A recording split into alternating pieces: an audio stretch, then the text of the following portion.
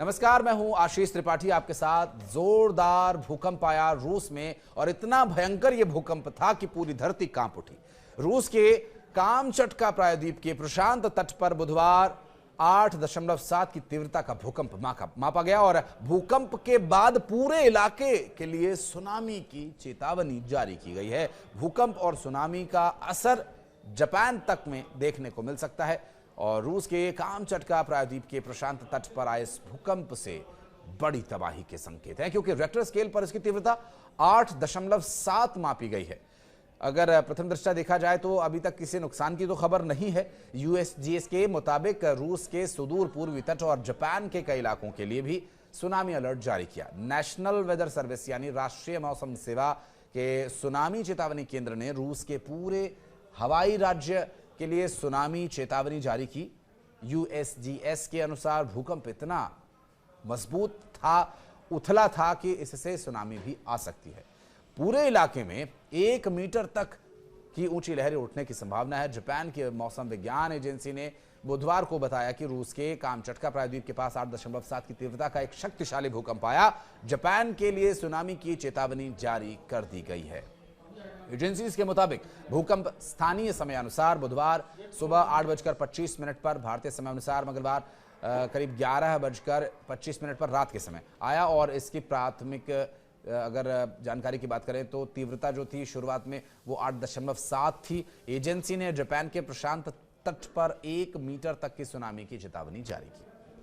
हालांकि अभी तक किसी तरह का कोई नुकसान हुआ या नहीं हुआ इस बारे में कोई डिटेल्स तो नहीं आ पाई हैं, लेकिन जापान के एनएचके टेलीविजन के अनुसार भूकंप जापान के 4 बड़े द्वीपों में से सबसे उत्तरी द्वीप होक्काइडो से लगभग 250 किलोमीटर यानी 250 किलोमीटर लगभग 160 मील दूर था और इसे केवल हल्का महसूस किया गया। अमेरिकी भूवैज्ञानिक सर्वेक्षण ने यह कहा कि भूकंप 19.3 किलोमीटर यानी लगभग 12 मील की गहराई पर आया है और रूस की ओर से कामचटका पर पड़ने वाले प्रभाव के बारे में तत्काल कोई जानकारी नहीं मिल पाई है। दरअसल रूस के पूर्वी तट पर 8 की तीव्रता वाले भूकंप के बाद सुनामी की चेतावनी जारी की गई, क्योंकि जब भूकंप टेक्टोनिक प्लेट्स के टूटने, सरकने या टकराने की वजह से आता है तो अगर उसका केंद्र समुद्र के किसी गहरे तट में है, उसके भी नीचे है, तो इसका असर समुद्र की लहरों पर भी देखने को मिलता है और जो कि खतरनाक कई बार साबित होता है। हालांकि ये तीव्रता काफी अधिक थी, इसलिए ज्यादा इसकी समस्या बन सकती है, इसलिए भी इस पर जानकारी देना जरूरी है। संयुक्त राज्य भूवैज्ञानिक सर्वेक्षण ने मंगलवार को बताया कि भूकंप रूस के कामचात्की से 136 किलोमीटर दूर ईस्ट में आया और जापान के मौसम विभाग की तरफ से इसके संबंध में जो जानकारी दी गई उसकी यदि बात करें तो वहां पर चूंकि पहले से ही ये भूकंप का प्रभावित क्षेत्र है और ऐसे में जापान में अच्छी खासी तीव्रता के भूकंप आते रहते हैं, वहां पर जो घर बनाए जाते हैं या जो वहां की व्यवस्था है वो इस तरह से बनाई जाती है कि ठीक ठाक तीव्रता वाले भूकंप को भी वो झेल सके। जापान के मौसम विज्ञान एजेंसी ने देश के लिए सुनामी संबंधी चेतावनी जरूर जारी की, जिसमें 1 मीटर तक ऊंची लहरें उठने की चेतावनी दी गई है। प्रशांत सुनामी चेतावनी केंद्र ने हवाई राज्य के लिए तत्काल सुनामी चेतावनी जारी की है। हवाई काउंटी सिविल डिफेंस एजेंसी ने सोशल मीडिया पोस्ट में कहा कि भूकंप इतना शक्तिशाली हो सकता है कि हवाई में विनाशकारी लहरें उठ सकती हैं।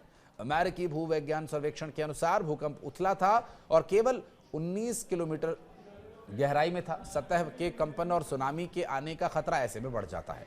और इसके अलावा एजेंसी की रिपोर्ट यह है कि ज्वार के स्तर से 0.3 से 1 मीटर तक ये लहरें उठने की आशंका है। ये लहरें चुऊक, कोसरे, मार्शल द्वीप समूह, पलाऊ और फिलीपींस के कुछ हिस्सों तक पहुंच सकती है। जापान के प्रधानमंत्री शिगेरू इशिबा को भूकंप के बारे में जानकारी दे दी गई है और इसके तुरंत बाद सरकार ने जानकारी इकट्ठा करने और प्रतिक्रिया की योजना बनाने के लिए एक आपातकालीन समिति का गठन किया। हालांकि रूस के क्षेत्रीय गवर्नर ने प्रारंभिक रिपोर्ट्स का हवाला देते हुए कहा कि भूकंप से अब तक किसी के हताहत होने की कोई सूचना नहीं है। हालांकि प्रभावित क्षेत्रों में किंडरगार्टन क्षतिग्रस्त होने की भी बात सामने आई थी। इसके पहले जुलाई की शुरुआत में कामचत्की के पास समुद्र में 5 शक्तिशाली भूकंप दर्ज किए गए थे, जिनमें से सबसे ज्यादा जो तीव्रता वाला था वो था 7.4 का। अब आप अंदाजा लगाइए कि इस बार तो 8.78 के आसपास ये तीव्रता करीब मापी गई थी और सबसे बड़ा भूकंप 20 किलोमीटर की गहराई पर आया था, जो कि करीब 1,80,000 की आबादी वाले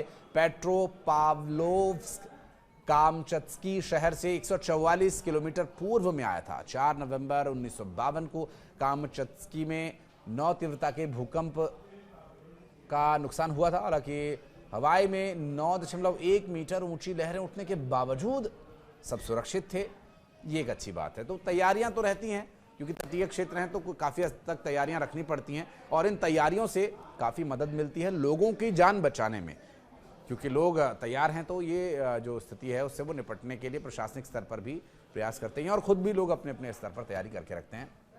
जापान हो गया, कनाडा हो गया, अमेरिका हो गया, हवाई वाला जो इलाका है, रूस का जो तटीय इलाका है, ये सभी वो इलाके हैं जो अक्सर इस तरह की स्थिति से, और खास करके जापान तो बहुत ज़्यादा सतर्क रहता है इस तरह की परिस्थिति से निपटने के लिए। बहुत नुकसान उसने ऐसे मामलों में झेला है। बहरहाल ये थी मौसम की वो स्थिति जिससे आप समझ सकते हैं कि रशिया में जो भूकंप आया और जापान पे क्या इसका असर हो सकता है। लेकिन हाँ, अभी एक महत्वपूर्ण बात यह है कि टेक्टोनिक प्लेट्स कहीं भी सरकती हैं, भारत में भी आते रहते हैं भूकंप, और भारत जो कि घनी आबादी वाला राज्य है तो हमें भी तैयार रहना होगा भूकंप से, किसी भी परिस्थिति से निपटने के लिए। तो एक छोटा सा एक कॉन्टेस्ट करते हैं कि आप हमें ये बताइए कमेंट सेक्शन में आकर के कि यदि भगवान न करे कोई ऐसी परिस्थिति बनती है और आपको बचना है, खुद को भी बचाना है और दूसरों की भी मदद करनी है, तो क्या क्या आप कर सकते हैं भूकंप आने की स्थिति में।